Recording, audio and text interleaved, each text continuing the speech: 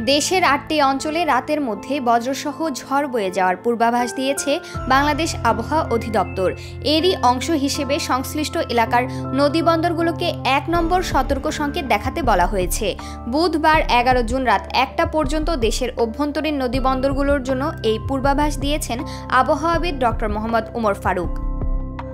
আবহাওয়া অধিদপ্তরের বিজ্ঞপ্তিতে জানানো হয়, ফরিদপুর, খুলনা, বরিশাল, পটুয়াখালী, নোয়াখালী, কুমিল্লা, চট্টগ্রাম, কক্সবাজার ও সিলেট অঞ্চলের উপর দিয়ে দক্ষিণ বা দক্ষিণ-পূর্ব দিক থেকে ঘন্টায় ৪৫ থেকে ৬০ কিলোমিটার বেগে দমকা অথবা ঝড়ো হাওয়াসহ বৃষ্টি অথবা বজ্রসহ বৃষ্টি হতে পারে।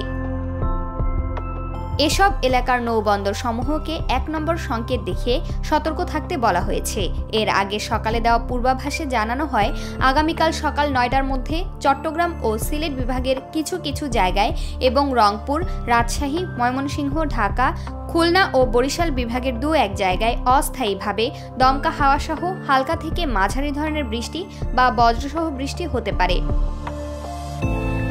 আবহাওয়া অফিস আরও জানিয়েছে, পরবর্তী ২৪ ঘন্টায় সারা দেশে দিনের তাপমাত্রা সামান্য হ্রাস পেতে পারে, তবে রাতের তাপমাত্রা প্রায় অপরিবর্তিত থাকবে।